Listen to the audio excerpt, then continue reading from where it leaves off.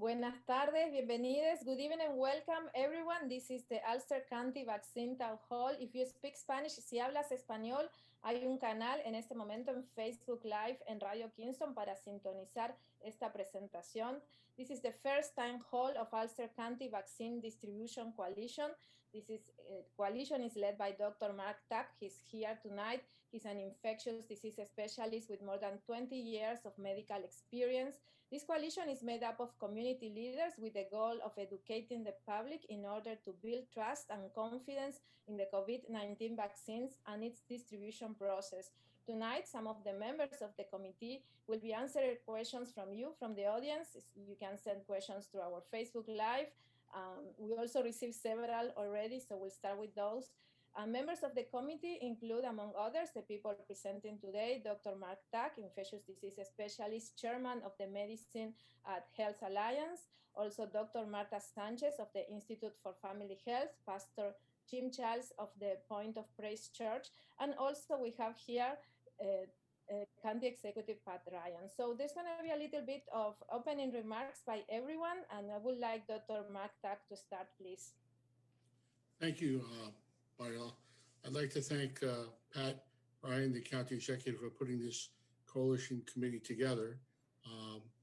We have been tasked with the challenge of trying to help Ulster County residents transition from this very challenging year of COVID-19 back to our normal lives, being able to be with our families, take our masks off, spend time with people we love, and walk into stores and resume a life that we all remember just 1 year ago. And the path back to that life begins with immunization against COVID-19.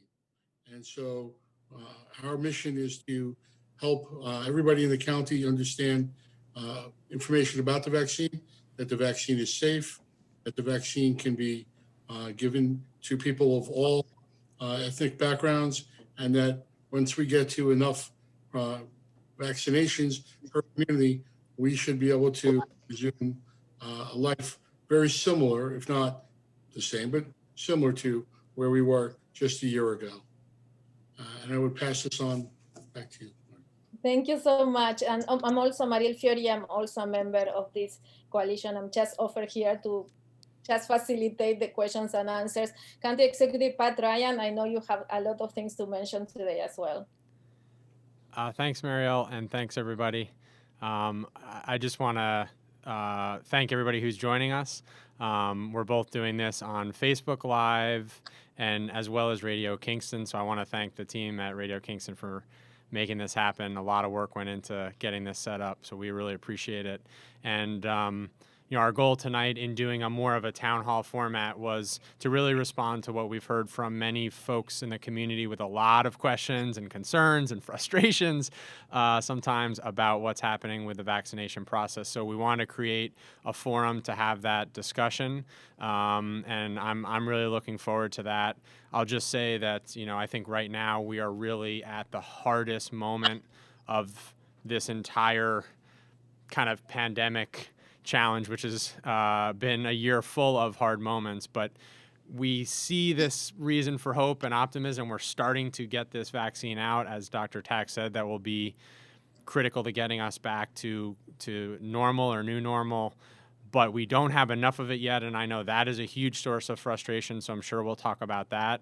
And then we also want to make sure that people understand the health dynamics and the pros and cons of the vaccine, the effectiveness of the vaccine, and any impacts of new variants. And so I'm excited to have real leaders in the health and medical field here to join us, and also community leaders like Pastor Childs that have been critical in getting the word out about our efforts to get the vaccine out, to do it safely, quickly, and equitably. So again, I want to thank especially Dr. Tack, Dr. Sanchez, and Pastor Childs, and you, Mariel, for being here. And I will stop talking, looking forward to questions and discussion. Thank you so much. So Reverend Childs, would you like to say a few words before we start with the questions? Well, this pandemic has really impacted, of course, the world. And in our particular church organization, we have Churches International. We normally have a convocation in March And all across the country, thousands of people are joining together. And in March of 2020, we did the same thing in many areas, not realizing the severity of this pandemic. And as a result, we lost a significant number of leaders and people to this disease. And so this is significant. And one of the things that we want to do is to make sure that all the people in our community and, of course, in the country are able to get this vaccine so that we can get back to some kind of normality.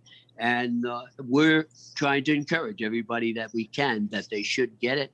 And grateful for what our county exec is doing within this county to get everyone immune.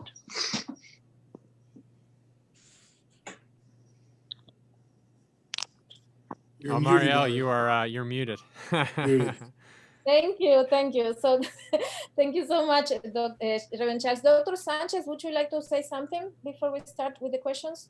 Well, I feel like everybody already said pretty much everything I would want to add as well. But just like everyone else, I think this is our opportunity to go back to normalcy. I don't know how many people out there, but I'm not originally from this area in New York. I'm from California, and that's where all my family is. So it would be nice to eventually, I mean, obviously I know I can travel, but to know that we can travel safely and not be at risk of dying, really, which is the fear and why the importance of this vaccination at this time. So, yeah, well, when we started these meetings in December of last year, I think the first question I have, and a lot of people were asking in these committees, and I think that just by asking the questions from the meetings that we had, like, is the vaccine safe? I don't know if we have two doctors here. Are the vaccines safe? Why do you say that? What about the allergy reactions? What about all of that? So, what do you want to jump in?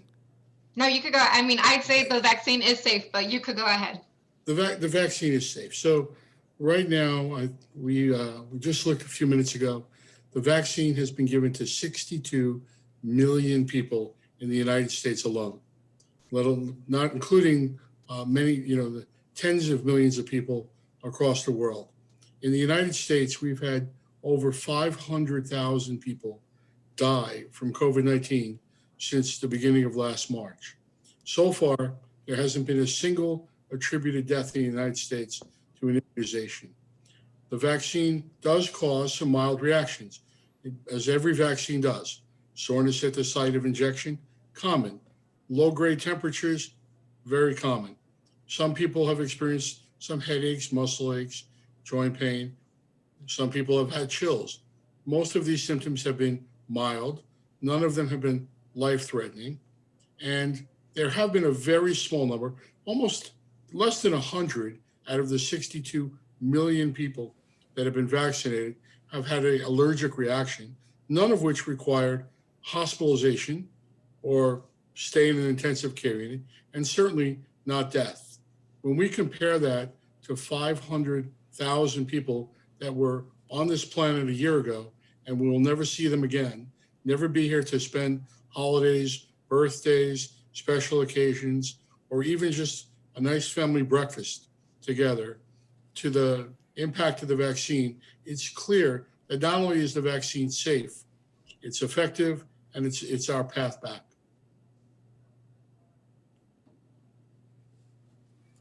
Do you like to add anything else to that, Dr. Sanchez? I mean, I see where people get the fear. Sometimes the media puts it in there, and it's probably just like a one case scenario or something that may have gone bad. But I think people should look at the whole big picture, just like Dr. Tack said, with the numbers and what that shows. So there is a question from Margaret Phelan of Esopus. She says that whether seniors can get the vaccine, is it only available for seniors at pharmacies now? Can seniors still go to a Kate Walton Fieldhouse? I guess this question is for county executive. Yes, and I'm sorry, who asked the question? Margaret. Hey, Margaret, thanks for the question. And it's definitely a common question. There's a lot of confusion, understandably, right now about where each of us can get the vaccine. So I'm just going to take a few seconds and talk through that. So number one, before we talk about where folks can get it, I want to just talk about how much supply we have. So the main challenge we're facing, at least right now, is that there are a lot more people who are eligible to be vaccinated based on New York State guidance and who want to be vaccinated than supply available to do that. So we have about 120,000 of our residents in the county, which is 2/3 of our residents, are eligible. And each week across the whole county, we're getting somewhere from 1,000 to 2,000 doses. So about 1% each week of supply to meet a much bigger demand.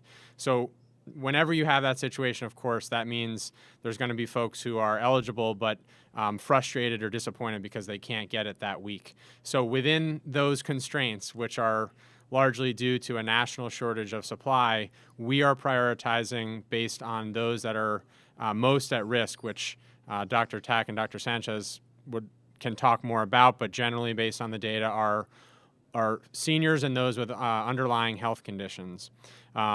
So for seniors in Ulster County, there are multiple ways to be vaccinated. You can, if you have an underlying condition, come to our county health site. You can also call our Office for the Aging. And depending on the week, which I know can be a little confusing, private pharmacies in the county are getting direct allocations from New York State. So I know that that's caused challenge for many because each week it's changing a little bit. And we're doing our best to share each week in my updates and on our website and every other channel we can what those options are. The easiest references for those that have questions, if you are able to get online, which I know not everyone can, but if you go to vaccinateulster.com, it has all this information updated, and you can also pre-register on our county website so that when vaccine is available, you can be vaccinated. If you're not able to get online, you can call our Recovery Service Center. The number is on the screen there, and it's 443-8888. Because this is changing so frequently, at least right now, on a week-to-week basis, we're going to update that information. We're also sending update emails to everybody that does pre-register. So, Margaret, I know that's not a simple answer, and I wish there was just a simple, straightforward answer. But I will say this morning, I started my day in a very positive, optimistic way. We ran a senior-focused vaccine clinic at our Ulster County Office for the Aging. We were able to vaccinate over 400 seniors with underlying health conditions who are 75 years or older. I talked to 2 World War II veterans who happened to be there, which was pretty incredible. And so we are getting the vaccine out. The preponderance of the vaccines we have in the county are going to seniors right now. So we're just going to do everything we can to get these out and make sure we're equitable as we're doing it. So I hope that might be more than you bargained for, but I hope that answers your question. Pat, it's important for people to realize that if last August or last summer, somebody had asked me or any of us, do you think it's realistic to have an effective vaccine, 94% protection by December? We would have said it's very, very unlikely. And yet here we are with 2 vaccines already out, another one probably being released tomorrow, and 2 more very close in the pipeline. We've made incredible progress, but there was no realistic way that we could get from where we started to 300 million people vaccinated in the time frame that we would all like it to happen in. So as much as it's happening slowly because we're living through it, it's actually occurring at a much faster pace and a much faster tempo that we would have ever anticipated. And correct me if I'm wrong, doctors, but the previous record to develop a vaccine is something like 3 or 4 years, right? And we were able to do it in less than a year to even get the sort of initial vaccine done and approved, right? Absolutely. There's never been anything done like this, and it really, it wasn't magic. It was incredibly hard work by the smartest people in the world, people who were committed to working together across companies across countries, across cultures to come together. I mean, the Pfizer vaccine is partnered with an Italian firm. European. And it's an incredible opportunity where we've had people work together and share all the materials to not just produce the vaccine, to test the vaccine, distribute the vaccine. Nothing has ever happened like this before. And it really is a testament to the world coming together to save lives. Also, it's new vaccine, but it's not new technology. I believe this is a type of vaccine that has been, they have been trying since 2013, I think. Is that right, Dr. Tag? Oh, I believe. The messenger RNA, yes. Yeah, so messenger RNA vaccine has been since 2013. So I think that's something, to let people know that it's not something that just came out of thin air. So it has been around, just there wasn't really a need for it. And now we have this pandemic and a need, so things will come together faster than when you have to go through all the phases when it comes to vaccine production. Thank you so much for your perspective. There is another question that it might also have to do, but yeah, if you have something else to mention, Dr. Tak, continue. Well, I think it's also to understand that the number of people that were participating in the vaccine studies were much larger than almost any other vaccine trial in history. When I participated in a Lyme vaccine trial 25 years ago, we used 10,000 patients in this study as part of that was what the FDA wanted for the vaccine to be approved. Here, there were 40,000 volunteers in the Pfizer study, another 30,000 volunteers in the Moderna study, not to mention the tens of thousands of people in the Novavax and Johnson & Johnson study. So even though these studies, the number of people that participated in these studies was also a record number by far. That's so important that you mentioned. Give us more perspective, because a lot of questions have to do with, was it too rushed? You're saying no, it wasn't rushed. So Garrett Comstock from Woodstock, he's saying that given the state's record to date of ignoring the risk that residents of Ulster County face, is it reasonable to think that many of us can look forward to 2021 as a time when infections and deaths may increase, including our own? We are outraged at the state's position, which likely assumes that by vaccinating the most populous areas of the state, so-called herd immunity will protect us all. I guess that this is also for you, county executive, and everyone else who would like to mention something. I think I had you broke up for a minute, Marielle, but I heard most of that, which I think was that the question was about the equitable distribution around the state of the vaccine. Is that right? Yes. Yes, I share this frustration. So the way it's working right now is each week New York State is getting a certain allocation from the federal government. All of the supply is being controlled by the federal government, and then they're giving it to each state, and then the state is then giving it to either counties or pharmacies or healthcare providers. And so again, New York State gets about 300,000 doses for a state of 20 million people each week. And then generally we as a county get, by the time it makes it to us, somewhere between 1,000 and 2,000 doses for the whole county. So this week we got 1,900 doses. One of the concerns that I've had, which I've raised now many times, including in a letter last week, is to make sure, no one has enough. There's not nearly enough supply anywhere, but we have to make sure that within that, we in Ulster County are getting our fair share of that supply. And I have raised concerns about that. Last week, I did send a letter to the governor, who has offered to the counties to set up joint state and county run sites. So right now in our area, we have one state run site in Westchester, and one in Albany, putting us right in the middle and kind of in a desert without access to a state site for many of our residents. I saw earlier, Caitlin, you commented your father had to go an hour away just to get a vaccine, and I share that frustration. So I did formally request that the state set up a state site here to give us equal access. I want to, if you don't mind, throw up a slide very quickly that just shows where we're at right now, just to give a little bit of the data behind this. So right now in Ulster County, these are the numbers as of earlier today that had been vaccinated of our county residents. So you can see we have about 180,000 residents. Just shy of 12,000 have received both doses, so first and second doses. And then you can see over 21,000 have received at least one vaccine dose. That's about 12% of our total population.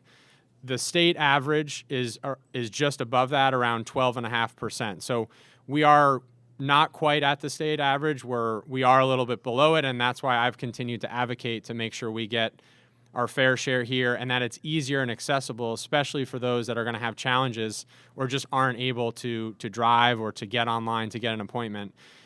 So I will continue to advocate for that, and as we get more supply, we'll continue to do that. So we make sure that it is equitable, and so count on me to keep raising that concern. And I hear you, and I'm with you. Thank you. So, Doctor, yeah. I wanted to bring in Reverend Childs for a minute and get your take, Reverend Childs.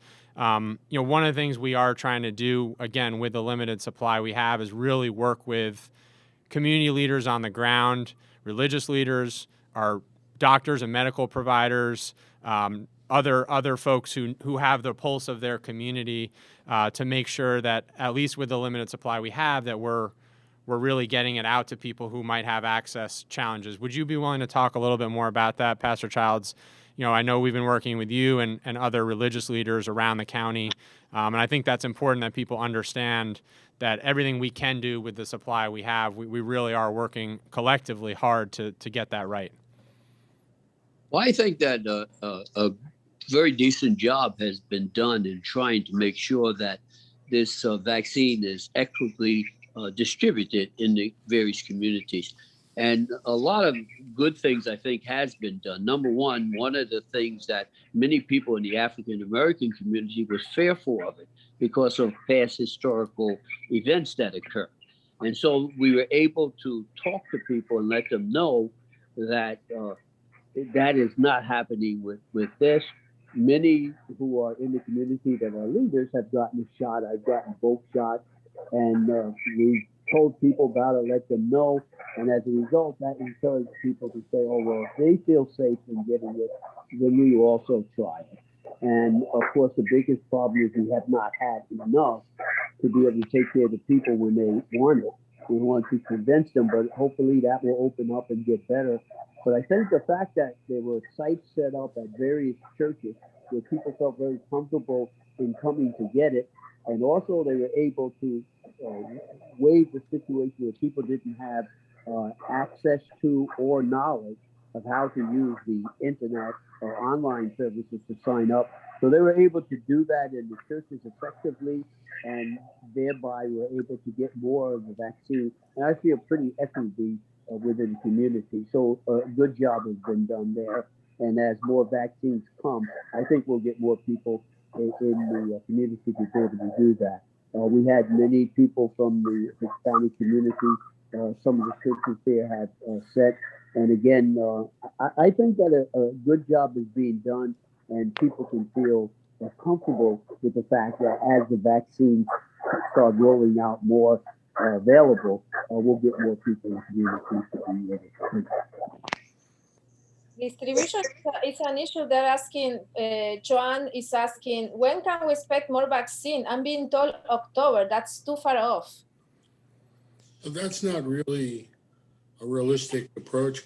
I know that everybody wants to have a vaccine tomorrow. The good news is that tomorrow afternoon, we would anticipate Johnson & Johnson having their vaccine approved for emergency access. And I'm hearing that they'll be able to ship 20 million doses of vaccine next week and into March.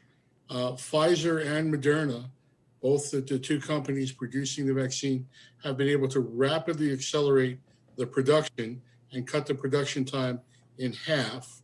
And most national experts believe that most American citizens, if not all American citizens, will have access to a vaccine for COVID-19 by the end of July. Now, we can't predict weather and other things that might change, but I think it is realistic to believe, with the number of vaccines that have been purchased and the pace of manufacture, that is a realistic time frame. We're not going to have them all at the end of March or April or May, but by the end of July, I believe that you'll be able to, anybody listening to this, either on Facebook or the radio, will be able to have access to a vaccine. And hopefully, I know Pat can talk about the issues with schools and education, but by doing that, when September rolls around, schools will be open, people will be going back to their new normal. It doesn't mean we won't be wearing masks this spring and this summer, and we'll see what the rest of the year looks like. But the vaccines, I use the analogy that a faucet is turned on. Right now, the water is dripping, but soon we're going to have a good flow coming out. And the challenge won't just be the availability, it'll be to actually get the vaccine to the people. Yeah, and just to build on that, I know I have shared some very conservative timelines to try to set expectations. And we've done some of the math and said, if we stayed at this very, I like your analogy, Dr. Tack, this drip, drip, drip rate, it would take a very long time to get everybody vaccinated. But we all recognize that is certainly going to change. We just don't know when and how quickly. So everybody's working to turn the faucet and get the flow going. And when the flow picks up, by the way, in Ulster County, we are definitely ready to get that out, because we have the capability among all of our partners, our county health department, our medical providers, our hospitals, Dr. Sanchez and your team and so many others. We can be vaccinating tens of thousands of people per month. With our health department alone, we can do 50,000 a month, and you bring everybody else in. If we had unlimited supply, we could vaccinate everybody in 1 to 2 months. It's just really the supply issue. And I know that is beyond frustrating. We get every day literally hundreds, if not thousands, of calls of that frustration, and I understand that, believe me. I don't know if it makes anybody feel better, but most people right now, unfortunately, are in that situation. And so we're all trying to do our best to be patient and get it right. And I know that's not what we all want to hear per se, but that's kind of the moment we're in right now. Thank you for that. So, Dr. Tack or Dr. Sanchez, are vaccines effective against the newest strain of the virus? So the answer is, for the most part, yes. The strain that's going most commonly in New York that appears to be increasing, the new variant, is the UK variant. The Pfizer and the Moderna vaccine appear to be just as effective against those two strains as they are against the original strain they were designed against. There are strains coming all the time. It's very common for viruses to mutate. The companies that are producing these are already working on the potential, if we need to have boosters or other types of vaccines, to be able to adjust very quickly. But the reality is that if we could get the vaccines out at the pace that Pat was just talking about, if we can vaccinate tens of thousands of people in a month, we will beat the virus in terms of its ability to mutate. And we will get to that level of immunity that we won't have to worry about emerging strains. There was some very good news published out of Israel in a journal that they have an incredibly effective system because they have everybody in the country is in the military, and they're able to use their universal health and military to vaccinate. And they have had a 95% reduction in positive cases in their country in just a month. They have shut it down with the vaccine. And several other trials have now demonstrated that the vaccine not only protects against illness, but is shutting down transmission. So I think that the vaccine, while the variants are a concern, the bigger concern is get the vaccine out into people. What about the cost? Is the vaccine free? How much does it cost? What about, I have a question here, will the vaccine be available for those without insurance at no cost? How does that work? The vaccine is pretty much, essentially it's free for everyone. Right. Yeah. I'm not aware of anybody paying $1 in Ulster County to get a vaccine. Yeah, no one should be paying for the vaccine, and if I don't think this is a problem at this point, but as we get more supply, if that becomes something anyone is aware of, please immediately reach out, and that will be handled very quickly because all of these doses have been paid for by the federal government. The federal government has a direct contract with these providers, Pfizer and Moderna, and hopefully soon Johnson & Johnson and others, and so that should not be a factor. Nor should there be any, concerns or any other sort of biases in who's getting this as more providers have it. So you can definitely reach out to us if you're aware of any of those issues now. Right now, it's pretty controlled with a small number of people that have it. But if you are experiencing that, please let us know. It's important to mention, being very, very clear, Mario, immigration status does not play a role in vaccine access. No one is going to ask you for your citizenship card, or people are entitled to this vaccine, regardless of immigration status. Thank you. So is there any concern, Sean is asking, is there any concern for pregnant or want to be pregnant women about taking the vaccine? I don't think there really were studies on pregnant females, but I know that there were some pregnant females in both the placebo and the test. And I'm on mute. No, I'm not on mute. No. You're on mute. Sorry, I thought I was on mute.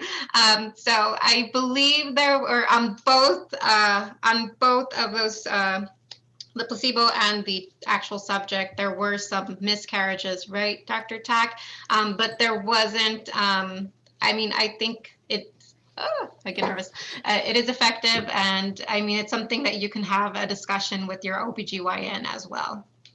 Right. So there was no increased rate of miscarriages or birth defects in women who were pregnant who had the vaccine versus those who had placebo.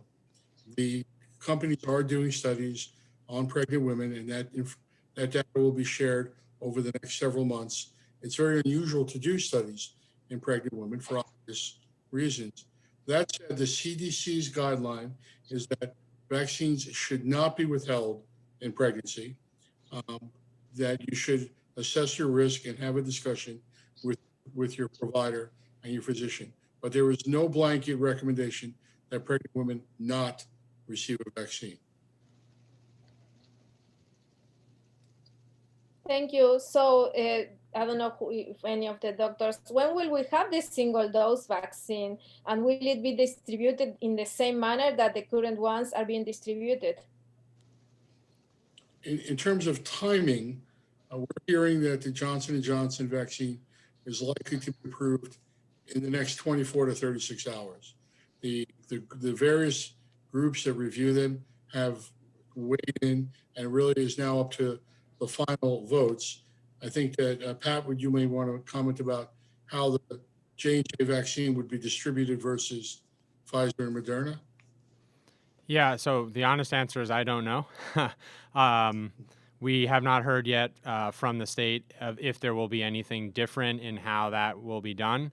As soon as we know that, we will definitely share that. We are, and I've seen a few of the comments coming in, and I understand, despite the fact that we knew this process was coming, there's still a lot of challenges in a very complex logistical operation. So by no means is it perfect, and we need everybody's feedback to continually improve it.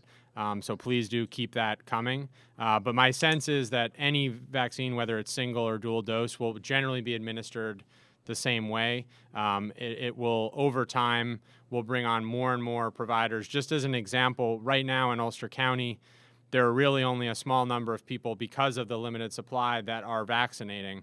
The county health department, some hospitals and health centers, and a few pharmacies.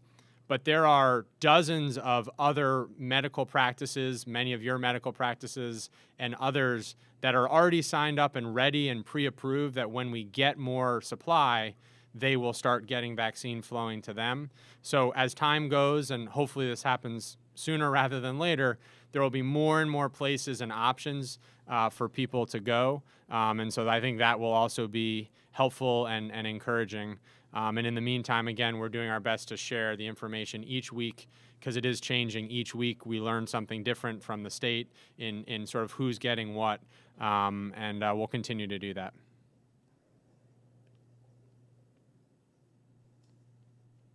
Thank you. So talking about COVID itself, a person is asking whether if you have COVID, you are in more risk of getting pneumonia. What are other lung issues or medical issues come with COVID-19? This is from Maria. Maria asks a very good question. So COVID is a virus similar to influenza and lots of other viruses that people can be exposed to. COVID enters through the nose and throat most commonly, and it binds to certain cells and then takes over and goes into the body. The area that gets attacked most commonly is the lungs. It causes inflammation in the lungs and infection in the lungs. That is what pneumonia is. So pneumonia is an infection of the lungs.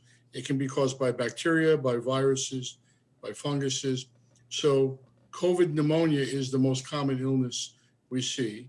It is capable of creating a very big spectrum of illness, anything from a mild cough to a worse respiratory failure, the inability to get oxygen into your body and to breathe. And that is what most people who unfortunately pass away from COVID die from. They die from the pneumonia, the inability to get oxygen into your lungs and into the bloodstream. And that's what the infection does.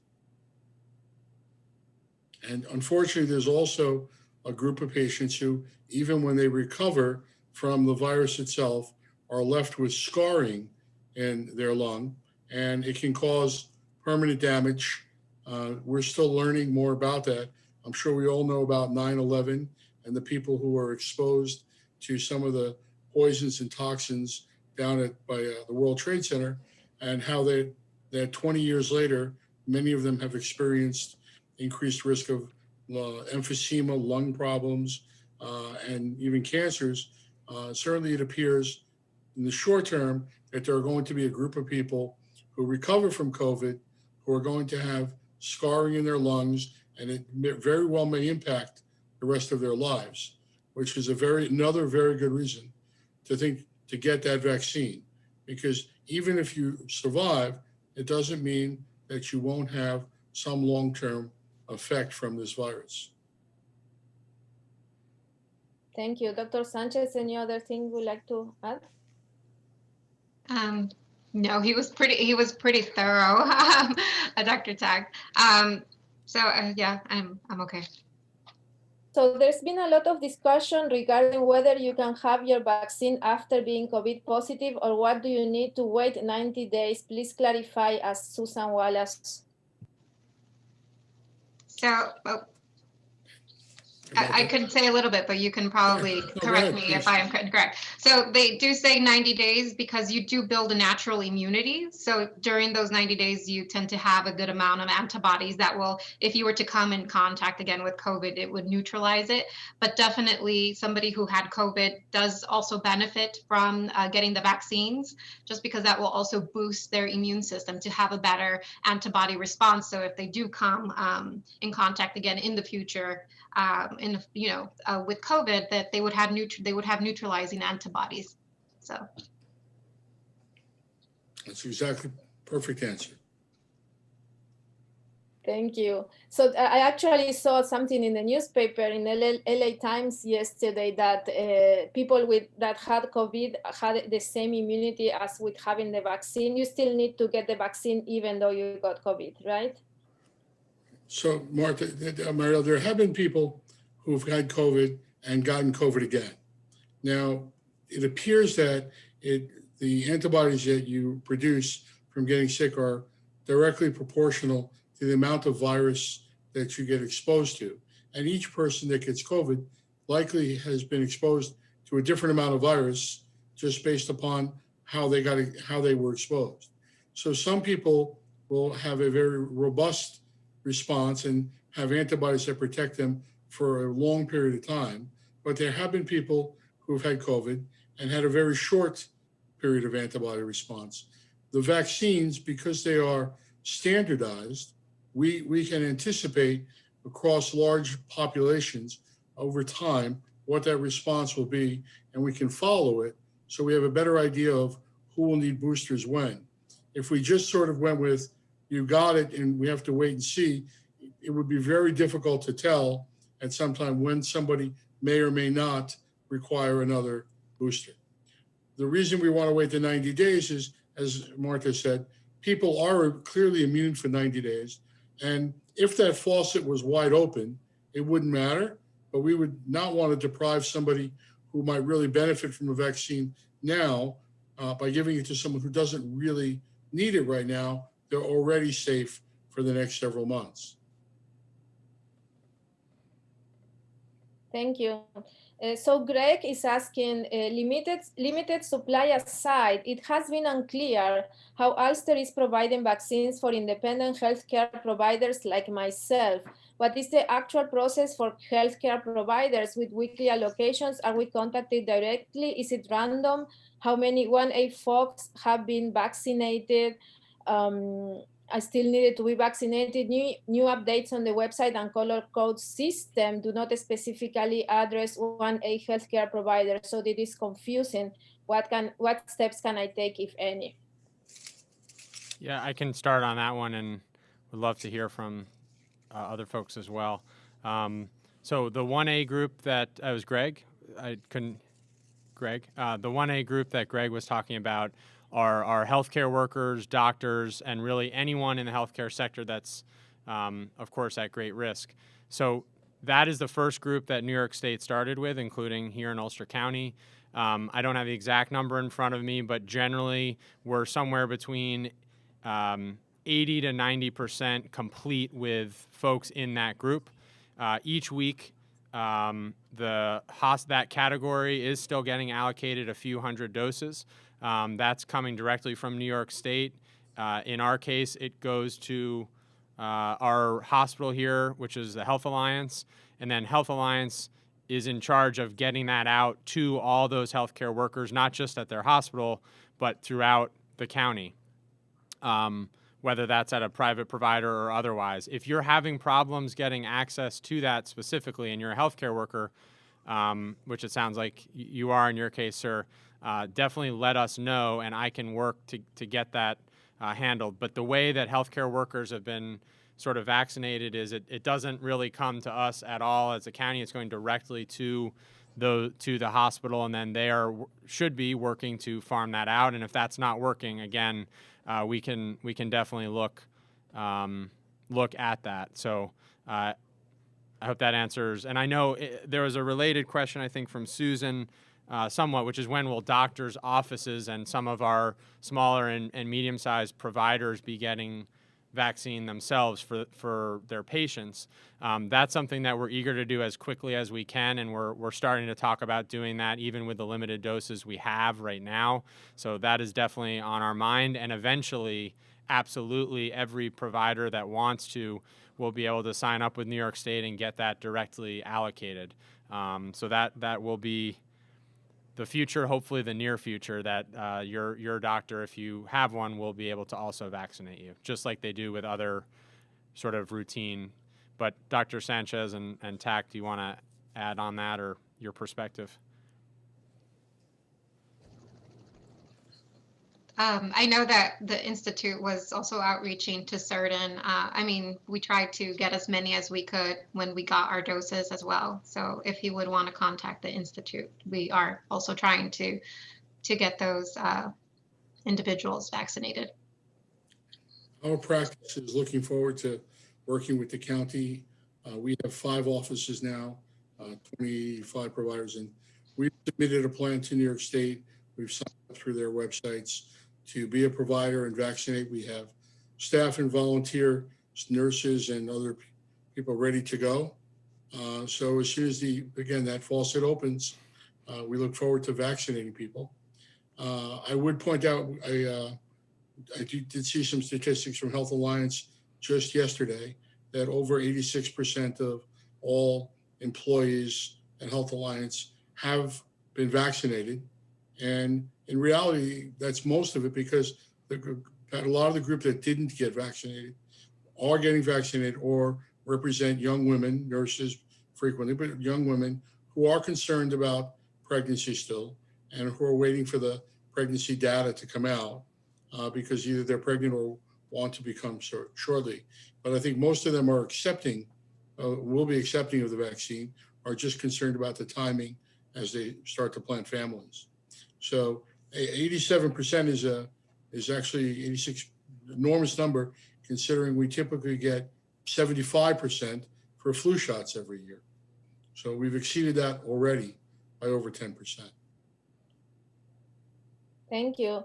So how long is the protection of the vaccine against COVID-19? And if a person already has the 2 doses, do they need to still wear the mask and keep social distance? So 2 very good questions. One is how long the vaccine will last. The answer is no one really knows. There is no way to know at this point because the vaccine's only been available for several months. And we're going to have to continue to watch those study groups. Remember that, as I said, there were 40,000 people with Pfizer, 30,000 with Moderna. The companies are watching those people, monitoring their antibody levels and for illness. The vaccine might last 6 months, 6 years, 60 years. We just don't know. We're going to have to wait and see.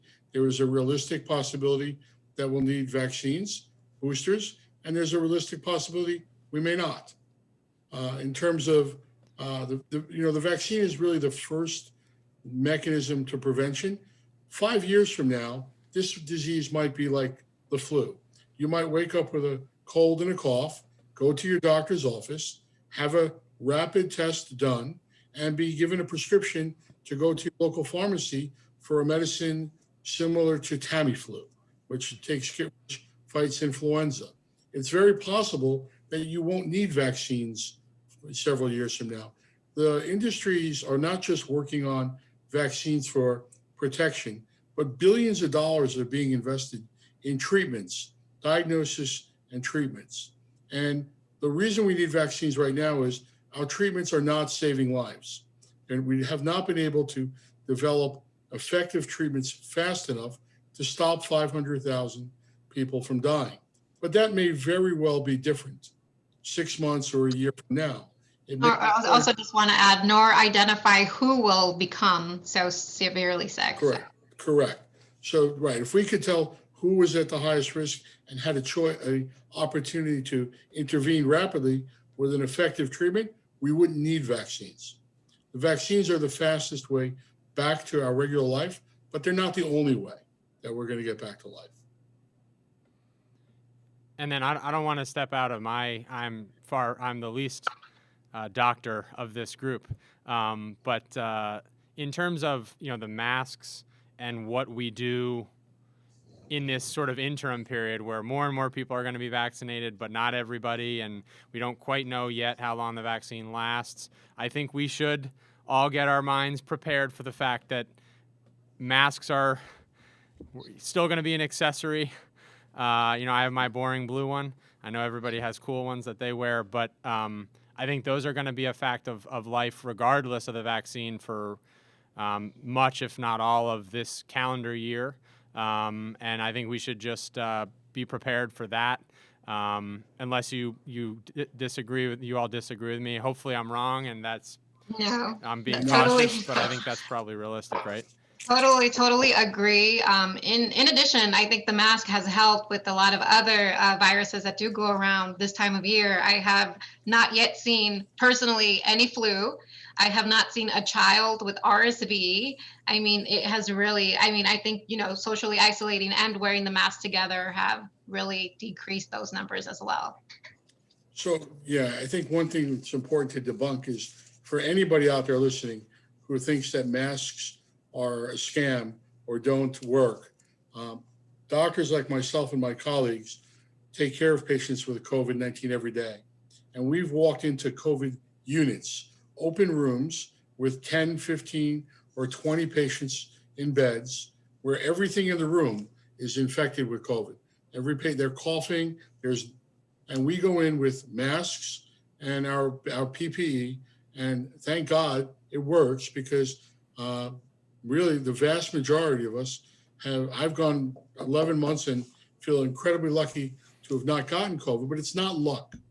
It's masks, it's the wearing PPE, they work, they've saved my life. If it wasn't, and washing hands is very important. absolutely. Washing Hand hands washing, and after, social distancing, but the masks work. And anybody who believes I would not be here today with you if it wasn't for those masks. You say it's not luck. I just say it's science then. That's correct. So we are almost getting to the end of this first town hall of the Ulster County Vaccine Distribution Coalition. This is the first one, not the last one. Actually, on March 15, we'll have one completely in Spanish with Dr. Sanchez and other of her colleagues to answer similar questions and more questions. And I know there's more events being in preparations. I don't know if Reverend Childs, you would like to mention something before we wrap up about other things that will happen from this coalition. Well, I think one of the things that we definitely need to address, we've got a lot of essential workers, especially in the African American community and also the Hispanic community. And even though they're on the eligibility list, many of them have not been able to get their shot. And so we've got to focus on them too, to make sure that they're able to get their shots. They're not old. Usually they're not over 65 in age. Many of them that are essential workers, and they're in the face of the community all the time, whether it's driving vehicles or working in other jobs that expose them to people. And yet many of them, because they're young, etc., have not been able to get are not eligible immediately for getting the shot. So we do have to focus on them also. And I'll just say, I think we all feel this, that it is just, frustration doesn't even capture the word that I feel, where the number of folks that I know have been putting themselves at risk, their family at risk, their loved ones at risk, going to work to do their job at a grocery store or delivering packages or driving or making sure our power grid runs, or of course, Dr. Tack and Sanchez, your colleagues in the healthcare sector and so many more, and that we cannot get the vaccine faster. It is so maddening to all of us. And I am not going to let that, we are all trying to channel that energy of frustration into really making sure that we have the vaccine with what we have, that we're doing it fairly and right. And then also with every voice and favor and thing we can do to call in and request more, that we're going to get more and get our fair share. So I'm going to continue to do that. And again, the only way this works, and this is why I'm so appreciative of this group, we want this to be a community-driven effort where if something's not working in your community, reach out to us at the county, reach out to leaders in your community who are members. We have 15 plus, I think, members of this coalition, and we want to keep it growing and expanding, and not just sources for information about the vaccine and the process, but also a source where if something's not working, they can come and say, hey, this is broken, or we need to do better here, or there's this particular set of people who aren't getting what they need. That's the only way this will work. And so please, that's one thing you all can do. And then just the other thing I would say if there's someone in your life, whether it's a family member or otherwise, who doesn't have technology access or internet access, or might just need extra help understanding this information, whether it's the health information or how to get vaccinated, please think about, extending your virtual hand or your hand to them and guiding them through the process. If each of us do that with a few people, we'll make sure that those in our community that need a little more help, that we can all help them with that. And I think that will go a long way too. Thank you so much. Dr. Tak, would you like to give some closing remarks? Sure, thank you.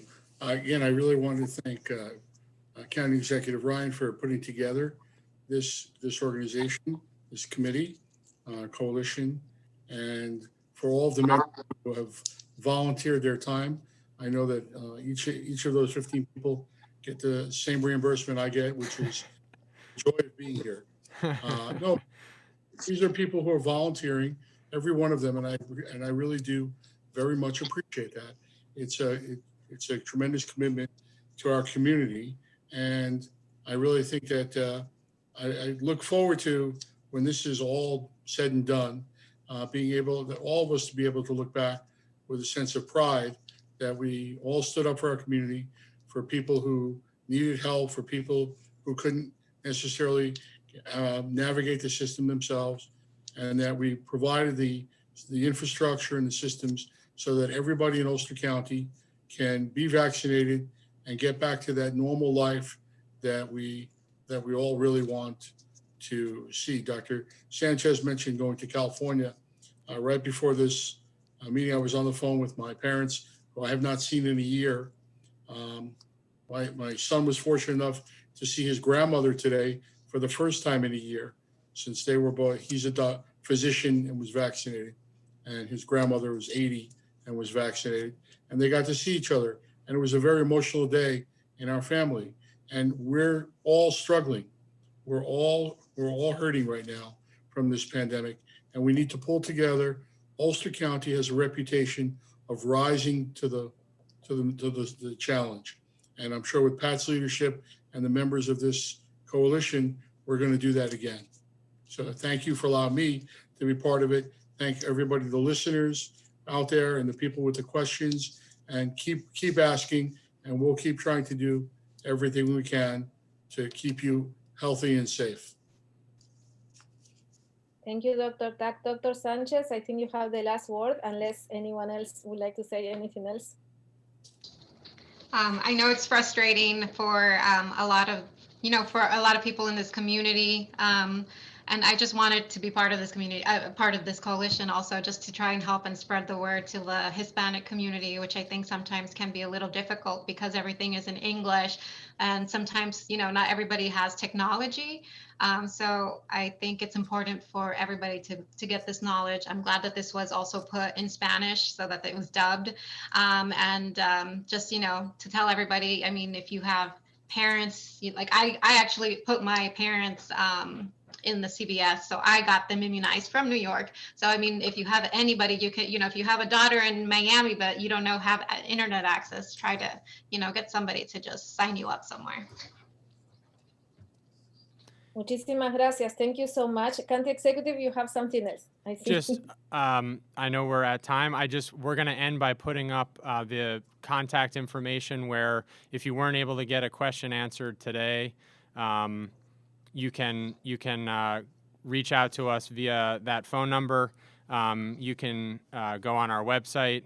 I'll keep doing my weekly updates on Facebook as the situation changes, and I'm really looking forward to the next one of these group town halls. The good news is, each time we're going to have more good news to share. We're finally at the point of this where we've been at the worst, and now each time it's going to be more vaccine, more people getting it. We'll continue to push to do it right, and I really am so proud of this group and our community, and how we've risen to the challenge. Dr. Tak, you're much more eloquent than I, but thank you all for what you're doing, and to everybody tuning in, thanks for hanging in there. We're almost through this, so thanks, Marielle. Thank you. Okay. Thanks, Marielle. Thank you. Thank you, everyone. Thank you, Jimmy Buff. Thank you, Radio Kingston. This town hall is over for the time being. We'll see you again next time. Ciao. Bye.